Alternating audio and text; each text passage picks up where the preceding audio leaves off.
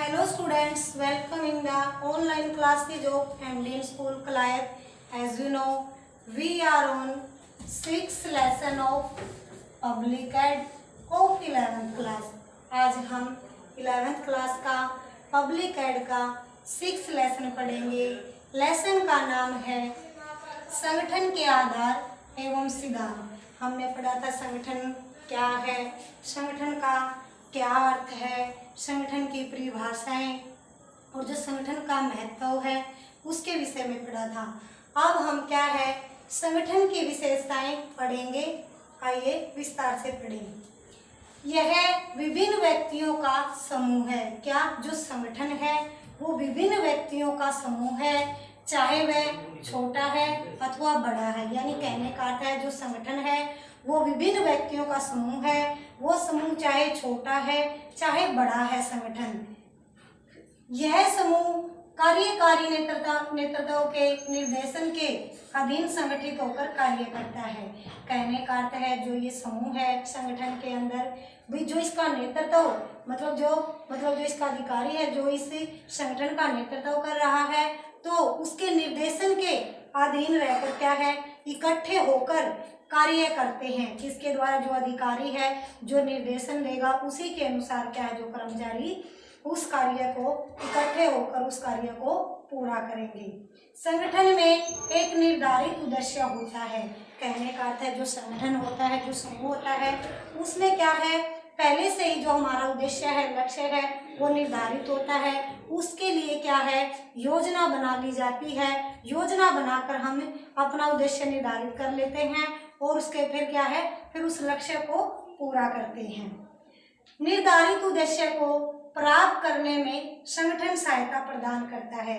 जब हम जब उद्देश्य को निर्धारित कर लेते हैं और उस उद्देश्य को निर्धारित करने और उसको प्राप्त करने के लिए लक्ष्य की प्राप्ति के लिए क्या है संगठन सहायता प्रदान करता है। जो संगठन के अंदर जो कर्मचारी हैं जो कार्य कर रहे हैं वो क्या है पहले ही उद्देश्य को निर्धारित करने के लिए योजना बना लेते हैं।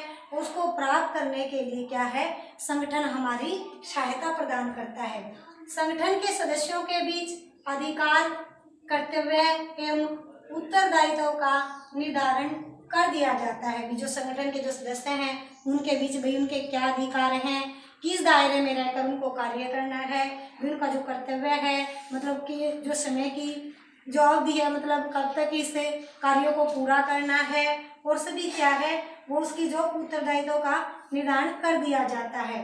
जो संगठन के सदस्यों के बीच अधिकार और जो कर्तव्य दिए हुए हैं। संगठन ये तो हमने किया जो संगठन की विशेषता थी।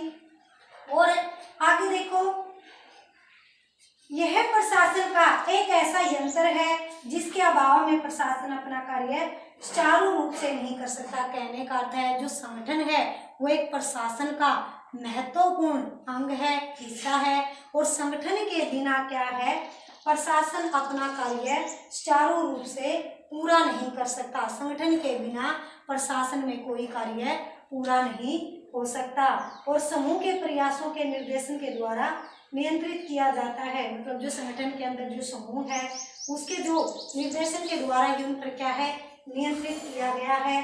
संगठन में संरचनात्मक मानवीय संबंधों की प्रधानता रहती है। यानी क्या है जो मानवीय संबंध है मतलब एक दूसरे से तालमेल बिठाना और संगठन में सबसे महत्वपूर्ण कार्य है कि भी क्या है जो हम लक्ष्य है हमारा जिस कार्य को हम पूरा कर रहे हैं उसके अंदर जो कर्मचारी है उनमें तालमेल होना बहुत जरूरी है।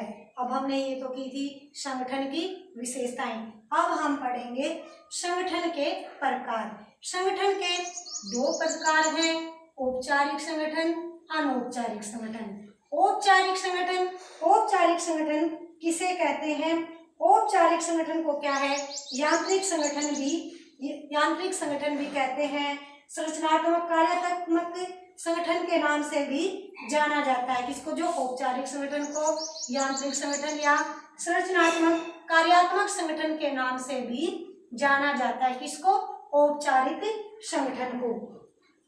यह विशेषज्ञों या अधिकार प्राप्त सत्ता द्वारा रचित वह संगठन होता है जिसके उद्देश्य, सिद्धांत और नियम निर्धारित होते हैं। जो औपचारिक संगठन के अंदर क्या है, जो उद्देश्य है, जो नियम है, सिद्धांत है, पहले ही क्या है निर्धारित कर लिए जाते हैं। और जो हमारा लक्ष्य होता है उसके क्या है, जो उद्देश्य है, जो लक्ष्य है, उसके पहले ही निर्धारित कर लिए जाते हैं। किसके अंदर, औपचारिक संगठन के अंदर। इस संगठन में उद्देश्य और सिद्धांत क्या है, पहले से निर्धारित कर लिए जाते हैं। और मानव तत्वों के आधार पर क्या है, योजना बना ली जाती है, यानी मानव के आधार पर इसकी क्या है, योजना बना ली जाती है। मतलब जो संगठन में जो कर्मचारी हैं, जो सदस्य हैं समूह में, वो क्या है, इसकी जो हम कार्य कर रहे हैं उसकी क्या, उस लक्ष्य को पूरा करने के लिए हम पहले क्या है, योजना बना लेते हैं, ताकि क्या उसके अंदर कोई भी, जब योजना बनाते हैं किसी कार्य को पूरा करने से पहले क्या उसके अंदर जो त्रुटिपूर्ण आती है, जो समस्या आती है, उसका आसानी से क्या है हल कर सकते हैं। और फिर क्या हमारा जो कार्य है वो आसानी से कंप्लीट हो जाता है। संगठन के विभिन्न सदस्यों के व्यवहार में समन्वय यानी क्या है, जो मैंने पहले भी बताया, तालमेल स्थापित किया जाता है ताकि उन्हें जो कार्य आवंटित यानी जो कार्य बांटे गए हैं उसकी निर्धारित सीमा में ही रहकर कार्य करें। कहने का अर्थ, जो कर्मचारियों को संगठन के अंदर जो कार्य बांटे गए हैं, जो उसकी सीमा निर्धारित की गई है, समय की जो भी सीमा निर्धारित की गई है, उस सीमा के दायरे में रहकर उस कार्य को पूरा करें। आपस में जो कर्मचारी हैं तालमेल बनाए, समन्वय स्थापित करें और जो कार्य है उस कार्य का दोहराव न हो, मतलब एक कार्य को बार बार न दोहराएं, ताकि जो समय है और बार बार कार्य को दोहराने से क्या है, समय नष्ट होता है। और जो हमारा समय की जो अवधि होती है, मतलब क्या है, जब हम किसी लक्ष्य की ओर जाते हैं, अपने लक्ष्य को पूरा करते हैं, योजना बनाते हैं, तो हम उसके अंदर क्या है सब कुछ निर्धारित करते हैं, मतलब कितने समय तक हम इस लक्ष्य को पूरा कर लेंगे, इस कार्य को पूरा कर लेंगे। अगर हम उस कार्य को बार बार दोहराएंगे तो क्या है, जो हमारी जो समय की सीमा निर्धारित की गई है उस समय पर हम उस कार्य को पूरा नहीं कर सकेंगे। इसलिए क्या है, इसमें कार्यों को दोहराव न हो। और औपचारिक संगठन के संबंध में जो एल.डी. वाइट जो विद्वान है उनका कहना है कि संबंधों की एक औपचारिक घोषित प्रकृति है जो शासन में विधि तथा उच्चतम प्रबंध स्थापित की जाती है। किसके द्वारा, औपचारिक के द्वारा क्या है, शासन विधि में उच्चतम प्रबंध स्थापित की जाती है। ये किए जाने वाले कार्य की प्रकृति तथा मात्रा पर भी आधारित होती है।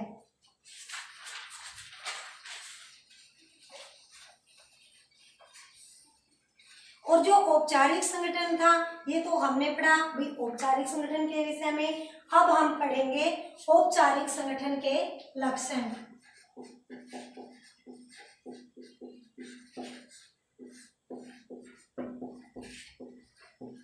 औपचारिक संगठन के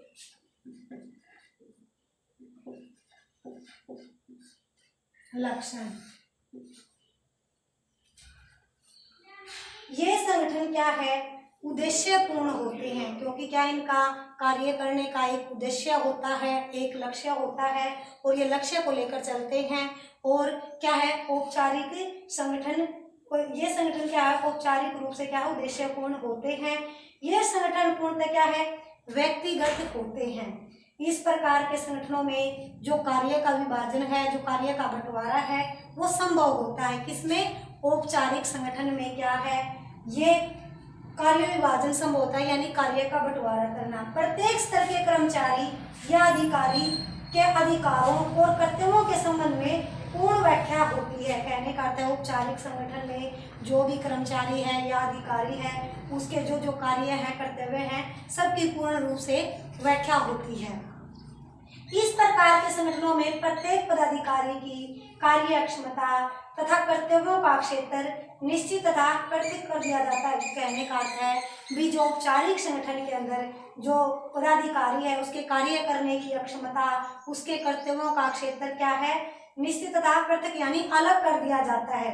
ऐसे संगठनों का में मतलब जो औपचारिक संगठन है उसमें चार्टों का प्रयोग किया जाता है।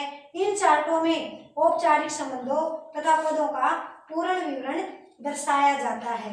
भाई जो है, जो औपचारिक संगठन है उसके अंदर हम चार्टों का भी प्रयोग कर सकते हैं। क्या अब हम, ये तो हमने किए थे औपचारिक संगठन के लक्षण।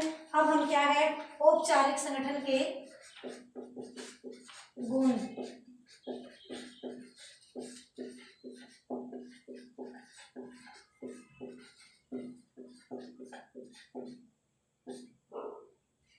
अब हम क्या है, औपचारिक संगठन के गुण के विषय में पढ़ेंगे। औपचारिक संगठन में जो नियोजित एवं व्यवस्थित प्रक्रिया होने के कारण अनेक गुण पाए जाते हैं। किसमें, जो औपचारिक संगठन में हम जो योजना बनाते हैं, उसमें योजना के कारण क्या है, औपचारिक संगठन में अनेक गुण पाए जाते हैं। भाई वो गुण जो औपचारिक संगठन के क्या है, निम्नलिखित गुण हैं। जो अधिकारों और उत्तरदायित्वों की स्पष्ट व्याख्या होने के कारण आपसी मतभेदों के उत्पन्न होने की संभावना नहीं के बराबर होती है। कहने का अर्थ है, जो औपचारिक संगठन के अंदर जो कार्य दिया गया है, जो अधिकार दिए गए हैं, वो क्या है, उनकी जो अधिकार दिए गए हैं उनकी स्पष्ट रूप से व्याख्या होने के कारण उसके अंदर क्या है, आपसी कोई मतभेद, कोई टकराव होने की संभावना नहीं होती। किसमें, औपचारिक संगठन में। पूर्णतः नियोजित होने के कारण इसमें किसी कार्य का दोहराव नहीं होता। कहने का अर्थ है, जब हम किसी कार्य की योजना बनाते हैं, नियोजित करते हैं, उसमें क्या है, सभी कार्य की क्या है, समीक्षा की जाती है, जांच पड़ताल की जाती है, और फिर क्या है, ये समीक्षा करने के बाद क्या है, कार्य को दोहराव नहीं होता, यानी कार्य को दोबारा दोहराया नहीं जाता। विभिन्न व्यक्तियों के उत्तरदायित्व के निश्चित होने से उनके मध्य जो अंतर है समाप्त हो जाता है, क्योंकि जो विभिन्न उत्तरदायित्व है, विभिन्न व्यक्तियों की जो जिम्मेदारी है, उनके अंदर जो अंतर है वो समाप्त हो जाता है, क्योंकि सबका एक ही लक्ष्य है। क्या है भाई, जो कार्य है वो पूरा करना है। भाई जो उन्होंने जो लक्ष्य बनाया है, सभी व्यक्तियों का यही लक्ष्य है भाई, उस कार्य को पूरा करना है। उद्देश्यों को प्राप्त करने या उन तक पहुंचने का यह अत्यंत महत्वपूर्ण एवं सरल साधन है। जो औपचारिक संगठन है, उद्देश्यों को प्राप्त करना, उन तक पहुंचना और उनका आसानी से और सरल साधन है क्या, और औपचारिक संगठन। इसमें कार्यों के सही में परिमापों का निर्धारण अधिक अच्छी तरह से किया जा सकता है। मतलब जो औपचारिक संगठन में कार्यों को अच्छी तरह से योजना बनाकर उनके अंदर जो मतलब समीक्षा करके, जांच पड़ताल करके अच्छी तरह से निर्धारण किया जा सकता है। इस संगठन में अवसरवादी और पक्षपात के अवसर समाप्त हो जाते हैं। कहने का अर्थ है, जो संगठन के अंदर जो कर्मचारी हैं, जो समूह के अंदर जो व्यक्ति हैं, जो मतलब जिस लक्ष्य पर वो कार्य कर रहे हैं, उनके अंदर जो पक्षपात है उसकी सीमा क्या है, पक्षपात की सीमा खत्म हो जाती है। उनके अंदर कोई पक्षपात नहीं होता, सबका क्या कार्य होता है भी अपने लक्ष्य को प्राप्त करना। इसमें कार्यों के स्पष्ट होने के कारण कर्मचारियों की सुरक्षा की भावना को भी बल मिलता है। मतलब क्या, जो औपचारिक संगठन के अंदर इन कार्यों को स्पष्ट करने के कारण क्या है, जो कर्मचारियों की जो सुरक्षा की भावना को भी बल मिलता है, यानी शक्ति मिलती है। हमने ये तो भाई जो औपचारिक संगठन की विशेषताएं और संगठन के प्रकार, संगठन के लक्षण और औपचारिक संगठन के और औपचारिक संगठन के गुण के विषय में पढ़ा। अब हम क्या है, औपचारिक संगठन के दोष के विषय में पढ़ेंगे। अब हम क्या है, औपचारिक संगठन के दोष के विषय में पढ़ेंगे। जो औपचारिक संगठन के जो दोष हैं और गुण हैं उसके विषय में पढ़ेंगे। संगठन के इस रूप की आलोचना की जाती है कि आलोचकों का कहना है कि इसमें जो मानवीय तत्वों की उपेक्षा की गई है। मतलब जो औपचारिक संगठन के अंदर जो मानवीय तत्व हैं उनकी उपेक्षा की गई है, आलोचना की गई है। किसी भी संगठन की वास्तविक प्रकृति उसके यांत्रिक ढांचे के अध्ययन मात्र से नहीं समझी जा सकती, और इसके लिए संगठन में कार्यरत लोगों की मनोवृत्ति, उनके व्यवहार का स्वरूप, उनका चरित्र, उनकी रुचियां, शैक्षणिक योग्यताएं आदि की जानकारी प्राप्त करना नितांत आवश्यक है। भी कहने का अर्थ है, जो औपचारिक संगठन के जो सदस्य हैं, जो कर्मचारी हैं, उनके लिए क्या है भी, उन लोगों की भी मनोवृत्ति, भी उनका व्यवहार का स्वरूप, उनका व्यवहार कैसा है, उनका चरित्र कैसा है, भी उनकी रुचि कैसी है, उनके अंदर जो शैक्षणिक योग्यताएं है या नहीं आदि की जानकारी प्राप्त करना जरूरी है। किसमें? औपचारिक संगठन में जो कर्मचारी हैं, जो व्यक्ति हैं, जो औपचारिक संगठन में कार्य कर रहे हैं। यदि ऐसा नहीं किया गया तो एंडरसन एवं सेवनिंग ने के शब्दों में संगठन का ढांचा और कुछ नहीं बल्कि केवल चित्र, रेखा चित्र, दैनिक कार्यों की परिपाटी और नियमावली तथा अनुदेशों अथवा शब्दों का समूह मात्र ही बनकर रह जाता। कहने का अर्थ है अगर हमने भी और जो औपचारिक संगठन के अंदर जो कर्मचारी हैं अगर उनकी भी गुणवत्ता, उनका व्यवहार, उनकी मनोवृत्ति, उनकी रुचि, उनकी शैक्षणिक योग्यता के बारे में क्या है जानना बहुत जरूरी है। अगर इसके बारे में नहीं पता है तो क्या है, जो हमारा समूह है वो एक समूह क्या है, चित्र या रेखा चित्र या दैनिक कार्यों का एक समूह मात्र ही बनकर रह जाएगा। जो औपचारिक संगठन का सबसे बड़ा दोष यह है कि यह उपक्रम में पहल शक्ति को समाप्त करता है। जो औपचारिक संगठन का सबसे बड़ा दोष क्या है भी, यह शक्ति को जो पावर है उसको समाप्त करता है। इस प्रकार के संगठन में अधिकारी कई बार अपने अधिकारों को अनावश्यक रूप से अपने ही हित में प्रयोग करते हैं। कहने का अर्थ है जो औपचारिक संगठन में जो अधिकारी है वो क्या है, कई बार क्या है अपने अधिकारों को अपने अपने हित यानी अपने खुद के लिए उन अधिकारों को प्रयोग करता है। किसमें? औपचारिक संगठन में अधिकारी। इस प्रकार के संगठन अंतर्गत होते हैं जो कि मनुष्य से ज्यादा अपने नियमों एवं नीतियों को महत्व प्रदान करते हैं। मतलब जो औपचारिक संगठन क्या है, अंतर्गत होते हैं, इसमें क्या है मनुष्य से ज्यादा अहमियत किसको देते हैं, नियमों और नीतियों को महत्व प्रदान करते हैं। किससे? मनुष्य से ज्यादा। जो नियम बनाए गए हैं, जो नीतियां बनाई गई हैं, उनको ज्यादा महत्व दिया जाता है। इस प्रकार के संगठन में कार्यरत व्यक्ति सामाजिक संगठनों की मान्यताओं एवं भावनाओं पर किसी भी प्रकार का ध्यान नहीं देते। कहने का अर्थ है जो संगठन में जो कार्य कर रहे हैं, जो समुदाय में जो कर्मचारी जो कार्य कर रहे हैं, वो व्यक्ति जो सामाजिक संगठन के अंदर जो मान्यताएं हैं, जो भावनाएं हैं, उस पर किसी प्रकार का भी ध्यान नहीं देते। सिर्फ उनका क्या होता है, जो उनका उद्देश्य है उसको पूरा करना होता है औपचारिक संगठन के अंदर। इस प्रकार के संगठन में समन्वयों की समस्या भयंकर रूप से निरंतर बनी रहती है। मतलब क्या, औपचारिक संगठन में जो समन्वय है, जो तालमेल है, वो क्या एक भयंकर बनी रहती। यानी क्या, समन्वय स्थापित करना, तालमेल बनाए रखना एक कठिन समस्या है। किसके अंदर? औपचारिक संगठन के अंदर क्या है, तालमेल बनाए रखना एक कठिन है। औपचारिक संगठन अनौपचारिक संप्रेषण में बाधा उत्पन्न करता है। जो औपचारिक संगठन है वो अनौपचारिक संगठन में अनेक बाधा यानी अनेक रुकावटें उत्पन्न करता है। अब हम क्या है अनौपचारिक संगठन के विषय में पढ़ेंगे।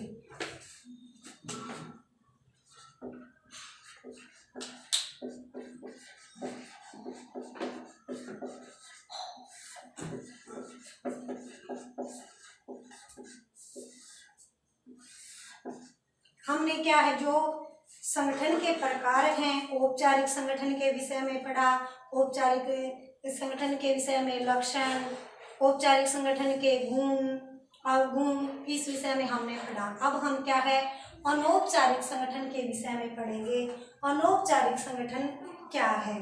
अनौपचारिक संगठन को सामाजिक मनोवैज्ञानिक संगठन या मानवतावादी संगठन के नाम से भी जाना जाता है।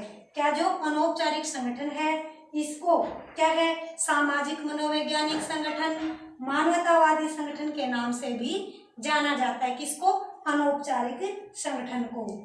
प्राय प्रत्येक संगठन में देखा जाता है कि संगठन में व्यक्ति अपनी औपचारिक सीमाओं से निकलकर अनौपचारिक सामाजिक संगठन का निर्माण करते हैं। भी कहने का अर्थ है प्रत्येक संगठन में हम देखते हैं कि भी क्या है जो व्यक्ति औपचारिक सीमा से निकलकर अनौपचारिक सामाजिक संगठन का निर्माण करता है।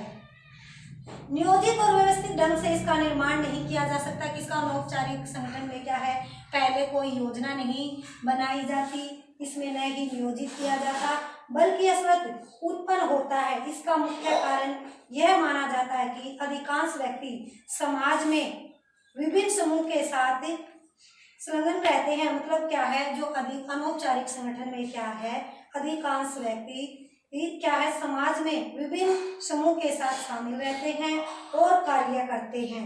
मतलब क्या है, जो औपचारिक संगठन में क्या है, जो एक समूह है उसमें कार्य करते हैं, और अनौपचारिक संगठन में क्या है, जो व्यक्ति समाज में रहकर विभिन्न समूह के साथ शामिल रहते हैं और कार्य करते हैं।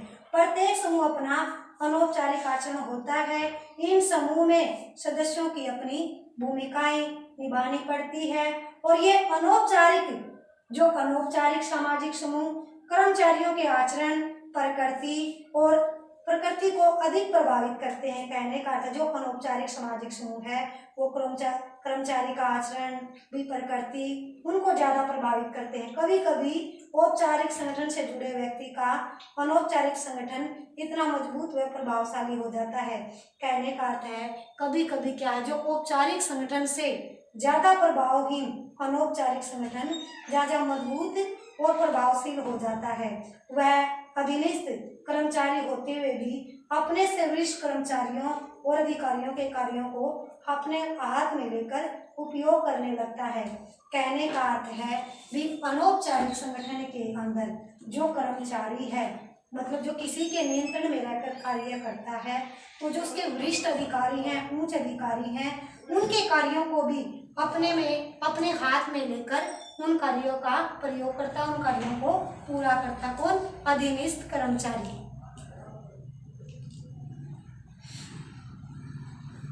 और क्या है, अनौपचारिक संगठन में क्या है,